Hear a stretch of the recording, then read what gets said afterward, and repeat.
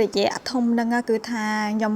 ខានញ៉ាំសម្លម្ជូរគ្រឿងនេះដូចជាយូរដែរបងប្អូនចឹងហើយថ្ងៃហ្នឹងដើរផ្សារក៏ឃើញតួហ្នឹងក៏ល្អពេកបងប្អូនហើយណាមួយត្រូវចិត្តញ៉ាំម្ដាយខ្ញុំគឺគាត់កំ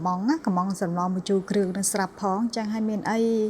ក៏ធ្វើមួយពេលទៅបងប្អូនហើយមួយពេលគឺសឹងថាញ៉ាំមួយថ្ងៃប៉ុល្ងាបងប្អូនណាចាពួកអីខានញ៉ាំយូរហើយចំពោះវិធីធ្វើក៏ងាយស្រួលដែរបងប្អូនអត់មានពិបាកទេបងប្អូនគ្រាន់តែមានតួមួយបាច់តាម1500ទេបងប្អូន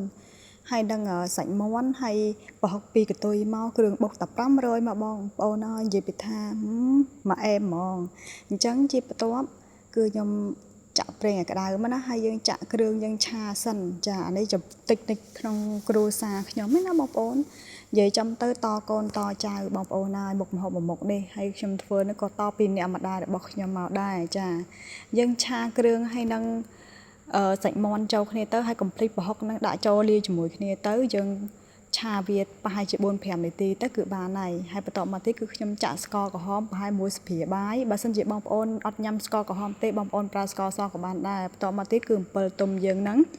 បន្តមកទៀតហ្នឹងគឺប៊ីចេងខ្ញុំប្រើ1ស្ព្រាកាហ្វេហើយនឹងទឹកត្រីយើងមកច្រោយពីច្រោយផងដែរអញ្ចឹងណាហើយស្លឹកក្រូចបន្តិចទៅហើយនឹងម្ទេស 4-5 គ្រាប់ទៅបងប្អូនហើយបើសិនជាបងប្អូនអត់ចូលចិត្តម្ទេសទេក៏មិនបាច់ដាក់ក៏បានដែរអញ្ចឹងយើងឆាចូលគ្នាទៅយើងទុកប្រហែលជា 4-5 នាទីហើយចាំយើងចាក់ទឹកចូលណា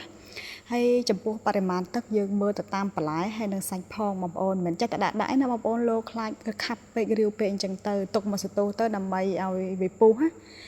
ហើយរយៈពេលពុះនោះប្រហែលជា 4-5 នាទីគឺពុះហើយបងប្អូនហើយយើងប្រើភ្លើងឲ្យខ្លាំងតិចណានៅពេលដែលពុះហើយគឺយើងចាក់តកួនយើងចូលទៅចំពោះតកួននិយាយពីថាខ្ចីឲ្យលលក់ហ្មងបងប្អូនហើយតែអត់បានសួរអ្នកលក់ទេមិនដឹងថាតកួននឹងយកមកពីខាងណាខ្ញុំក៏អត់ដឹងដែរអញ្ចឹងនៅពេលដែលយើងចាក់តកួនចូលហើយយើងទុកវា 2-3 នាទីទៅគឺពុះហើយបងប្អូនហើយយើងភ្លក់ទៅប្រៃផ្អែមជូរហឹលអីហ្នឹង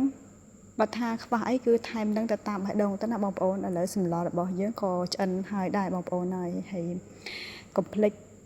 នៅពេលតនេជួបជុំបងប្អូនសាច់ញាតិអីស្លតមកមុខទេទៅបងប្អូននិយាយពីថា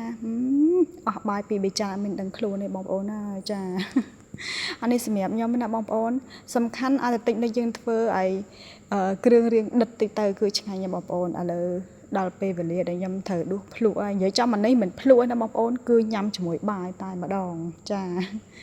ហើយវីដេអូនេះផងដែរបើសិនជាបងប្អូនពេញចិត្តវីដេអូរបស់ខ្ញុំសូមកុំភ្លេចជួយ share ហើយនិង like ឲ្យបេះដូងម្នាក់មួយផងដើម្បីមានកម្លាំងចិត្តដើម្បីផលិតវីដេអូ original ជារៀងរាល់ថ្ងៃសម្រាប់បងប្អូនបានទស្សនាផងដែរហើយសម្រាប់កូនបើបើសិនជាអ្នកណាអត់ទាន់ចេះធ្វើអាចមើលវីដេអូខ្ញុំបានណាហើយខ្ញុំនឹងផលិតតែវីដេអូណារៀងស្រួលដែរបងប្អូន